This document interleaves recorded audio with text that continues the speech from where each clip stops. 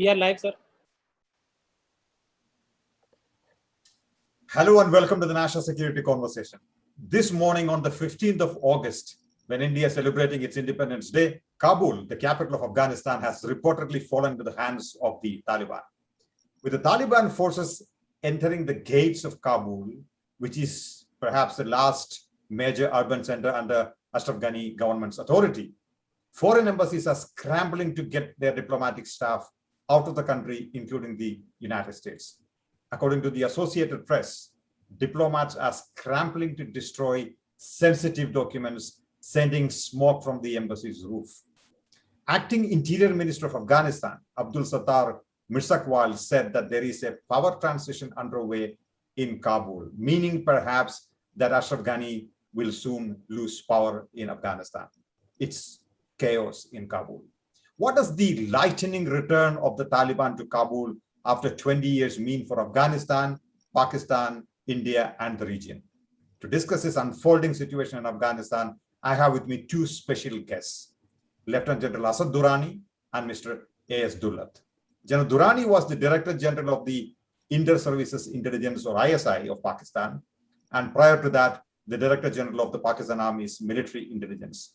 Today, he is an author and a commentator. Mr. A.S. Dulat was the Special Director of the Intelligence Bureau in New Delhi, and he later became the Chief of the Research and Analysis Wing of India. General Durrani and Mr. Dulat co-authored, along with journalist Aditya Sinha, a very popular book entitled Spy Chronicles, R&AW, ISI, and the Illusion.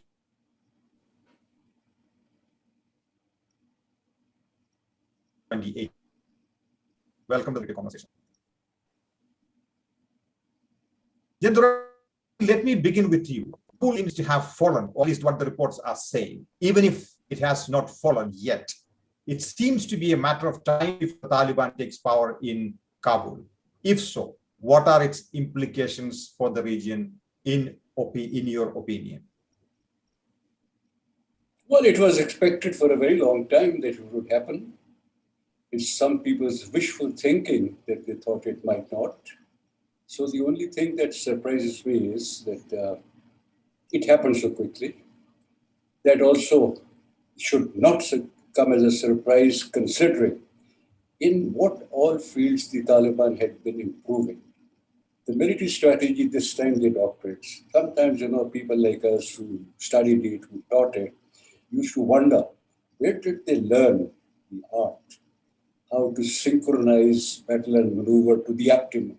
So they positioned themselves in various parts of the country, taking some, not taking some, positioning another place. And ultimately, with all that pressure, it was not so much the military pressure, but the psychological one, in which, almost the will, not only of the Afghans, but also of the pro-American government, pro-American forces, got broken, was overwhelmed. Now, that is something that one admired as a student of military warfare. And that may also explain how it happened so suddenly. Let me just very briefly say, even the earlier rise of the Taliban, when it took place 95, 96, again, though one was not, directly either looking at it, I was elsewhere, I used to think that maybe this time, since the population was so fed up with the Mujahideen, the way the Mujahideen were trying to, mess up the country, that they joined this movement. I never thought that they were a group, a movement. This time, it was all done very deliberately over a period of time. Plenty of warning given to everyone else. Now is the time. Please, let's find either, some sort of a modus vivendi or some sort of an agreement. The only people who seem to have taken those signals, not promptly, but even then, over a period of time, were the Americans, who knew that this was almost inevitable and they were going to get out. Over a period of time, with Obama and with Trump, having also worked in the direction, all that it required was Biden to take that decision. And once that decision is taken, Happymon, everything else seems to have fallen in place. Durrani, you seem surprised that Taliban has learned how to synchronize their moves and sort of move into the various provinces, etc. I mean, could it have been possible without Pakistan Army's help and assistance? Look, I am always very happy to take any credit that comes on our way. But frankly, I don't think Pakistan or Pakistan Army or ISI support was that decisive. The only thing good, and people may or may not have liked it, but I used to say, we have a fairly good idea as to ultimately what's happening. But even if that was not the case, we were not going to come in the way of a group like the Taliban, who was not acting against us, who was popular in parts of Afghanistan, in also parts of, especially the tribal areas of Pakistan. So not doing anything against them, despite all the pressure from the United States and its allies, was the only credit that I will give to the Pakistanis. Rest was done by the Taliban themselves. And if anyone thinks that their resistance against the world's mighty alliance succeeded because of some sort of a faltering, unwilling, a very invisible or deniable support by the state called Pakistan, then we can give essentially the credit to them and a little bit to people here who either by design or by default remain on the right side of the developments. Right.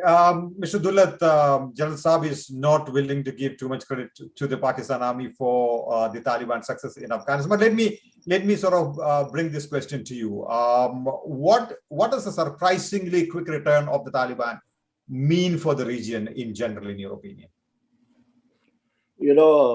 Thanks a lot, Happy sir. Thank you for getting us on this. It's always a pleasure being with the General, and been a long time. I think I agree with General Saab, and there has been an inevitability about it that the Taliban is going to come back to power. I don't know why people didn't understand this for quite a long time. It's been on the cards. And once the Americans decided during Donald Trump's time that they're going to leave, and they were leaving, I don't know why people still believe that the Afghan army or the people in power could remain there. After the Americans left or were leaving, then the next target was obviously Ashraf Ghani, because for the Taliban, he is part of the baggage that the Americans have left behind. Now, how long it takes, whether Kabul has gone or not gone, it was only a question of time. Yes, what has happened and the speed with which it has happened, the lightning speed, I would say, is disturbing, and it is a bit surprising. And it would, it does cause concern. But let me put it like this, when we talk about concern as far as India is concerned, the main thing is that would the Taliban intervene in Kashmir? And let me say this, that it does excite the Kashmiris. The fall of Kabul or the success of the Taliban will excite the Kashmiris, and particularly the youngsters who are now coming into militancy in South Kashmir, let me say. But I don't expect the Taliban to come to Kashmir. They haven't come all these years, and why would they come? What the Taliban would want once they come to power, and my sense is that they would carry everybody along with them, and they want international recognition. And I think India is important for the Taliban. Whether we are talking to the Taliban or not, I'm sure we are, but I think we are lagging behind, and we need to get into the game as it is. So that's the way I see it. It was going to happen, and it's happening. And I think we need to adjust to that situation. Right. Mr. Durrani, that's a very important point that you're making, that you don't think that the Taliban is probably going to provide any material, military, physical support to the Kashmiris, as it were. But you do say that it could provide a certain inspiration to some of the boys who might want to take up. I think that is already beginning to happen, in Kashmir. Right. In that context, can you make a distinction between the situation in the late 1980s slash 1990s, early 1990s, compared to the situation today? You were in the valley at that point of time, and you know how it's sort of. That was a terrible time, but it's the situation is not as bad as that. Militancy is not at that level, and nor do we have so many people coming from across as they were in let's say the early 1990s. So this is a comparison that is always made. That is it. Are we in the same kind of situation? And I said, no, we are not. But what is disturbing is that now our own boys are getting involved, youngsters. And at that point of time, there was much more from across. So that should be a matter of concern to us, that why are our boys getting involved? Other than that, I don't think militancy is a big problem at this point of time. We've handled it, and I think the situation is well in control. Right. Durrani, let me sort of bring that question to you. You were in service in the late 1980s and early 1990s. So the first coming of the Taliban through the early 90s up until 1996. And their second coming now, how do you sort of compare the two sort of developments, as it were? And also, I want to sort of come back to this question of the Pakistani support to the Taliban, say in the early 90s, and compared to that situation today. You were saying today it's only perhaps not doing anything and not too much. Was that the case also in the early 90s, in your opinion? I think this is a very important point. There are parallels between the two developments. Conceptually, ideologically, even physically. You see, at that time, if the Kashmiris got inspired because of the victories of the Mujahideen, one could have understood it. But I think Mr. Dulat is right. He is the expert on Kashmir. I don't think any physical involvement took place there. Right now, again, and I think one can also go over to the larger question of implications. If what the Taliban have achieved, if it is going to again motivate some of the people in Kashmir, and if it's going to be indigenous, all the more reason that one considers the key factor. They get motivated by this development because they have been demotivated by their own environment. If they thought there is a deficit and they're not being treated well, I remember the 90s, they would also pick up a couple of clues from the western border, Pakistan's western border. Right now, leaving aside Kashmir, which I said maybe Mr. Dulat can handle it much better, I can tell you in the region, what will be the implication, the fallout and the Talibanization, if there are in the region countries like Pakistan where people do not seem terribly excited by their own environment, by their own governance, by whatever is happening there. Some people might think that, well, the Talibanization may not be too bad an idea, then we can also achieve certain successes. If those people are at rest, at peace, they think their own system in Iran, Pakistan, Central Asia, etc., is taking care of them, then the Taliban will certainly not make an effort. Now, that's a common denominator. Basically, they belong to they fight within their area, not only within the country, within the area.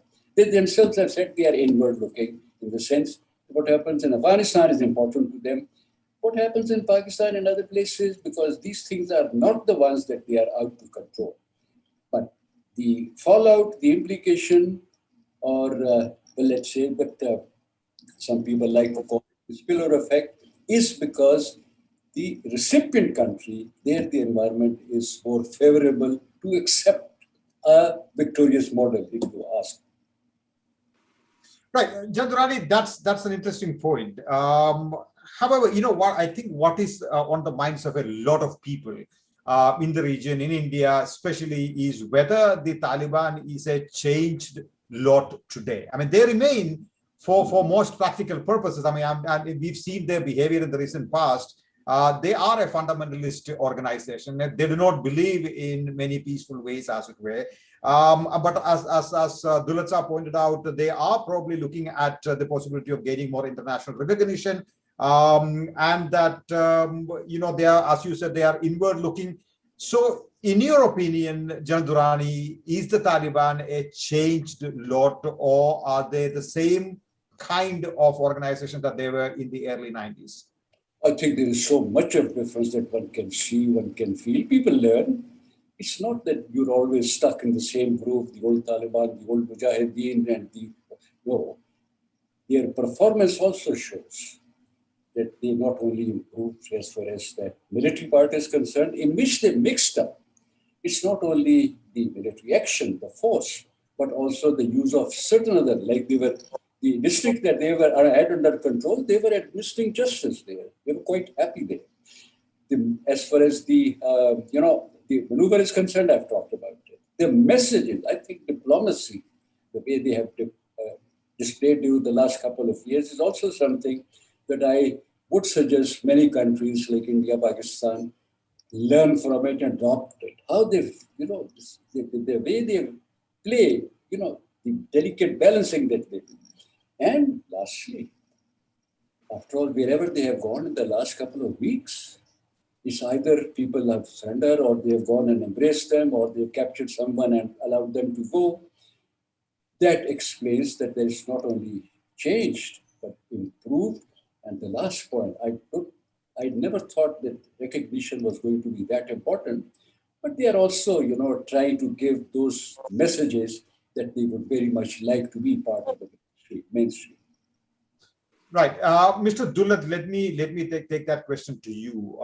Do you, in your opinion, think that the Taliban is a changed lot today? There's a lot of debate in India, for instance, about the desirability of reaching out to Taliban, talking to the Taliban.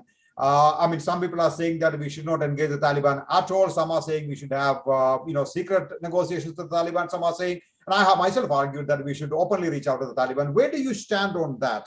Should India reach out to a puritanical, fundamentalist Islamist group like the Taliban, or should we do what states do? I mean, you've been doing some of this kind of work in the past. What's your take on that? This goes back again to the 1990s when the Taliban first came to power. This question was raised even at that point of time. And if you recall, when in 1999, when the Indian Airlines plane was hijacked and taken to Kandahar, December 1999, one of the problems that we faced was that we had no contact with the Taliban. At that time, our foreign minister, Mr. Jaswant Singh, tried his best to get to the Taliban. But there was no response from the other side because we had no contact with them. There was no recognition. We didn't, as you say. So if we want to follow the same line, we'll have the same problems, But I think common sense says, after all these years, that we should reach out to the Taliban. The Taliban, I don't think, has anything against India. It would like to have diplomatic relations, good diplomatic relations, and cooperate with India. I don't think there is in the Taliban mind or the Afghan mind any preference for Pakistan vis-a-vis India. And this question that you raised with General Saab is the Taliban different? It would appear to be a little different. There's been no resistance at all from the Afghan military or the Afghan security forces. As he said, one town after another has fallen. So obviously, they have the capability now to take control and to rule. How they will rule, well, let's hope that, it will be, as everybody expects them to do. Right. And please complete. I feel that, my sense tells me, I'm not an Afghan expert like General Saab, but my sense tells me that the Taliban is politically going to reach out to everybody. And they would like to have not only a government of their own, but a coalition government in which, the other forces, the Tajiks, the Uzbeks, the Hazaras would be invited, hopefully. Right. General Saab, let me bring that to you. Mr. Dulat seems to make the argument that Taliban is not only a changed entity, but perhaps they are also looking at, one, gaining more international recognition, and two, perhaps even putting together a coalition government in Kabul. Is that the sense that you're getting? Yes, true. I mean, he is very modest, I know, Dulat Saab. He understands things much better. There's so many things that he understands better than me, but he tries to posture as if, Gamla Jat, jaise kehte hain na? I mean, he plays like this, and then that provokes me to actually come up and talk on his behalf. He's made these points, these are points that even the Afghan experts do not make. That they will reach out to the others, that they will have the right type of relations with India, they'll give India its due. Like they'll give Pakistan its due, they'll not do our bidding. But because of, the realities on ground, yes, of course, we will count in their calculations. All that will happen. As far as the governance is concerned, again, I think he's right. We do not know how they will rule, but at the same time, do we know how Modi was going to rule, or how in Pakistan certain regimes are going to rule? And if that be the case in which some people get disappointed by their own administration and by their own governments, it's quite natural that some of us would say it would be much better if there was some sort of an element of Talibanization also in our case, so that people can be dispensed justices, so that, the warlord, they have taken care of the warlord. Here we believe that some of the elitist groups also have to be taken care of. So that effect, or let's say if we get affected by this, or even infected by this, that might not be a bad idea. But every country will find its own model. Right. Durrani, the problem is that, Dulat Saab seems to be making the argument that India should, and I agree with him on that, reach out to the Taliban and create those contacts and relationships, even though we may not necessarily agree with their ideology.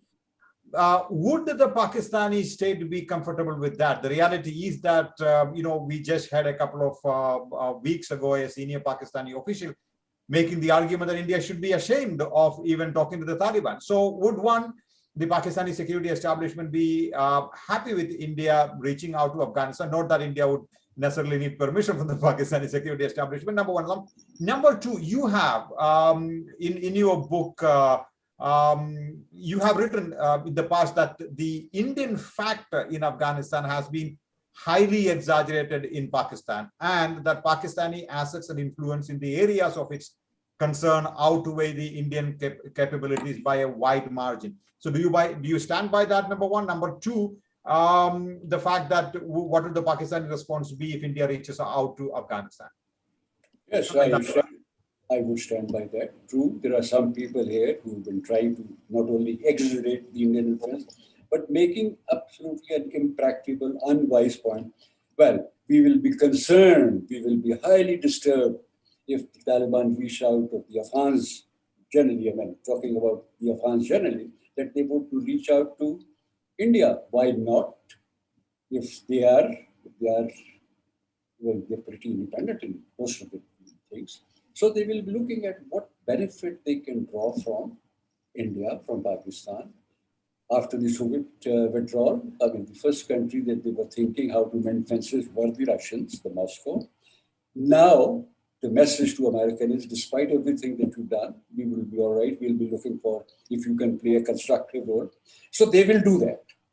And it legitimately, and there is nothing that those people that we're talking about in Pakistan, that they can do about it. The moment you will go and tell, no, but you're not going to, reach out to Delhi because of 1, 2, 3 reasons, I think they're going to be very unhappy. And the usual response in the past is, this is our business. We will do what is good for us. We are not going to tell you what you must do for your thinking. The only thing that you should be in, and the history has proven, Afghans, when they can take their own decision, then they are not under foreign occupation. They look after Pakistan's interests more than many Pakistanis have done. And the 65-71 war is just one example in which they did tell us, I repeated it so many times, you have a bigger problem with the East, you'll not have to look after, you'll not have to worry about what will happen. We will ensure that your western borders remain at peace as long as you have the serious problem with the big bad brother on the East. Now that is the attitude of the Afghans generally. Oh, the Taliban in the meantime, they've been through the mill and they've understood how it happens. Right. Dulat Sahab, let me come to you on the engaging the Taliban question a little more. The reality is that Pakistan has been not too comfortable with the Indian engagement of Afghanistan, even if it is the engagement of the Ghani administration and the civilian projects in Afghanistan. They've been sort of not too happy about that. Now, the General Sahab is making the argument that, Afghans love their autonomy. I mean, the Afghans are not going to sort of be dictated by anybody else, even though in my own estimation, General Sahab is a little less forthcoming about Pakistan's influence on the Taliban and perhaps in the days to come. So given this sort of a scenario, do you think India has a real chance of, reaching out to the Taliban and having something going, even if not so openly not so openly? No, I think it's time to be open about it. This is what diplomacy is all about. The great game has been on there for the last 5-7 years. And if we have not engaged and this thing, then we've kept ourselves out, then we will be handicapped at this point of time. Everybody knows Iran has a relationship with the Taliban. Russia has a relationship with the Taliban. China has a relationship with the Taliban. And although the Chinese make a lot of noise about terrorism, they're still in contact. They made more than us, they made a very huge investment in Afghanistan. And they are in contact with the Taliban. So, I mean, if the whole world is going to recognize the Taliban or deal with the Taliban and we are not, well, then you're going to lose that. It makes no sense at all. I mean, our diplomats should know much better and people in higher places should know. But, to common sense, it makes no sense at all. Right, Dulat Sahab, but my question was also about how comfortable is Pakistan going to be with that kind of... Not a question of Pakistan being comfortable. We don't... is not dependent. It should not be dependent on what Pakistan is comfortable with. And if that be so, then I think we should have a better relationship with Pakistan, which is not happening either. So, I think we should forget about Pakistan as far as Afghanistan is concerned, and we should look for a separate relationship with Pakistan, which is going nowhere at this point of time. Dulat Sahab, that's the dilemma. The dilemma really is how much do you think, let me ask you this very direct question, how much do you think is the Taliban propped up or supported or helped by the Pakistan army? Dulat Sahab. There is certainly a Pakistan factor. I mean, I would be foolish or idiotic to think that there isn't a Pakistan factor. Of course, there is. They are the closest to them. They've had a relationship with them. The largest Afghan population is in Pakistan. These are facts which are known. So Pakistan is a big factor, will remain a big factor. And that is why the Americans don't want to let go of Pakistan. They know at this crucial time that Pakistan would be the key player. But that being so doesn't mean that we have to stay out or that, our relationship cannot be as good as Pakistan's is. It's a question of building relationships and it's high time we did it. Because as I said, that great game has been on there. Right. Dulat Sahab is talking about the great game. General Durrani, let me come to you about the great game. In your book, Pakistan Adrift, you write that under the new great game in Afghanistan, the sole superpower's perceived objectives containing the new global rival China, keeping a watch over nuclear rogues like quote-unquote Pakistan and Iran, and maintaining a strong presence in an energy-rich region, make this the greatest game ever with the geopolitics, geostrategy, and geoeconomics all rolled into one. Now that the US has withdrawn, from Afghanistan, Taliban is close to a complete takeover. What is your assessment of the great game in the region in the years to come? One is very happy to talk about this because otherwise, you are get involved with what happened in the past. And, Right. if we want to scuttle whatever India wants to do in Afghanistan and we want to use it as a leverage so that the India starts behaving elsewhere in the pipeline question and so on and so forth, that can happen. But as far as the great game is concerned, we come down to the nuts and bolts. And that is, this phase may be over. But of course, there is a more crucial phase now going to start.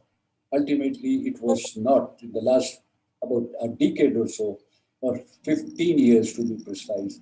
I never thought it was only about Afghanistan. It was about positioning ourselves for that particular tussle, the big power struggle. Call it the new great game if you like, but actually it is. We can go back, hundreds of years and talk about geopolitics. But right now, the rivalry between the West and the East in a new form, China and the United States, in which the lines are blurred. So many of the Western countries are not going to side, unequally with the United States, European countries, so many of them. Here in the region, one of the credits that I give to people here at the helm of affairs in Pakistan was the last 15 years. If they were bending their fences with Moscow, improving relations with Iran, asking even the Indians to come on board like the Istanbul process. So that means we were also looking at what's going to happen in this region because the thrust of the war is going to be in this area because of Central Asia, because whatever we are. If that be so, then that means that at that time we will not be thinking about Pakistan and India, what the Pakistanis should do because the Indians' interest or Indians, any other nefarious design. It will be then what game is India going to play and which side it will play? Is it going to be with the United States? Is it going to be the Quad now? Or, we're talking about history, geography, geopolitics, and so many other things you said rolled into one. In that case, the Indian role in this game will become more important and we'll forget about, whether they are sending Yadevs and so on and so forth. That will become less important. We'll be thinking about who, and we'll not be the only one. I think Pakistan will, in that case, it will be one of the minor players because the bigger players are going to be China, Russia, United States. In any case, India will be a major player. Oh, yes, the Turkey and Iran, why forget that? And where the Russians are, all these people will be playing that role, and then we will find out where are the two countries. About my own country, I'm quite clear where we will be. We will be on the side of geography and history and realpolitik. If India still wants to, be a player in this because of whatever they think about Pakistan or China, or because of any infatuation with United States, then of course India will be on the opposite sides. Right. Dulat, this big question that that General Saab just addressed about the grand strategy, as it were, the great game, as it were. Where do you think India stands vis-a-vis that great game? Do you think that India is perhaps, I'm putting it very pessimistically on perhaps on the losing side. You're looking at China, Russia, Pakistan, Taliban coming together. The Americans have not yet, made peace with the Iranians, so India's ability to reach out to Iran is going to be limited. So, are we then looking at a region where we are not really going to be really on top of the game? What's your sense? You see, I'm not a pessimist at all, Happy sir. China. The General Saab always accuses me of being an optimist, and I would still like to be an optimist. I think we have a